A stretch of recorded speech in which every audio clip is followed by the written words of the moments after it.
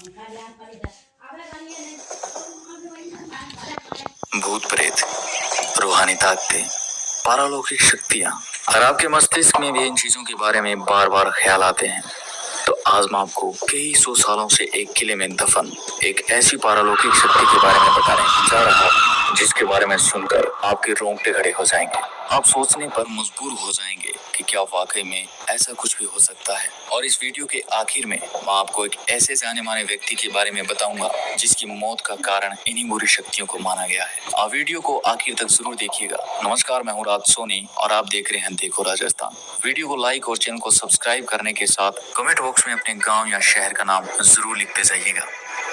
आप सामने लगे जिस बोर्ड को देख रहे हो राजस्थान के अलवर जिले में भानगढ़ किले के बाहर लगे इस बोर्ड पर यह साफ साफ लिखा है कि सूर्योदय से पहले अब सूर्यास्त के पश्चात आपको इस किले में प्रवेश करना तो दूर, आपको रात के वक्त इस किले के आसपास भी नहीं भटकने दिया जाएगा। आज मैं आपको इसी भानगढ़ के किले की वो दो कहानियां बताऊंगा जिस कारण रात के वक्त लोग इस किले में प्रवेश करना तो दूर इसके आसपास भी नहीं भटकते। और कुछ लोग इन कहानियों को कहानी नहीं बल्कि सच्ची घटना मानते हैं। कहते हैं कि जब आमेर के राजा भगवंत दास भानगढ़ के किले को बनवा रहे थे तो वहीं कुछ दूरी पर गुरु बालूनाथ तपस्या किया करते थे। जब बालूनाथ को खबर लगी कि उनके पास में एक किला बनाया जा रहा है तो उन्होंने राजा को बुलावा भिजवाकर अपने पास बुलवाया। जब राजा भगवंत दास गुरु बालूनाथ के पास पहुंचे तो उन्होंने राजा से कहा कि आप जिस किले को बनवा रहे हो उससे मुझे कोई भी आपत्ति नहीं है, लेकिन एक बात का ध्यान रखना कि इस किले की ऊंचाई इतनी मत कर देना कि इसकी परछाई दिन के किसी भी वक्त जहाँ पर मैं तपस्या कर रहा हूँ वहाँ पर पहुँचे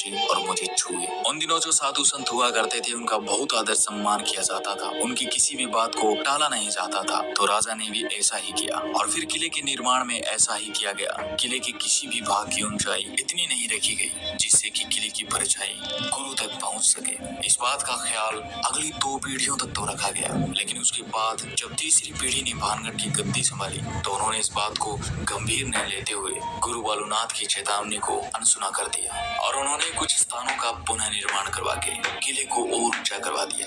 और आखिर किले की परछाई गुरु बालूनाथ तक पहुंच जाती है। और जब ये परछाई बालूनाथ की तपस्या वाले स्थान पर पहुंची तो बालूनाथ को इतना गुस्सा आया कि उन्होंने ये श्राप दे दिया कि भानगढ़ तबाह हो जाएगा। और उसी दिन के बाद भानगढ़ पर दुखों का पहाड़ टूट पड़ता है। और यह भी कहा जाता है कि 1783 में जो भयंकर अकाल आया था जिसमें मरने वालों का आंकड़ा करोड़ों में था, वो अकाल गुरु बालूनाथ के श्राप की वजह से आया था। और आज तक यहाँ पर इस श्राप का असर देखने को मिलता है, जिस कारण से लोग इस किले में रहना तो दूर इसके आसपास भी नहीं भटकना चाहते।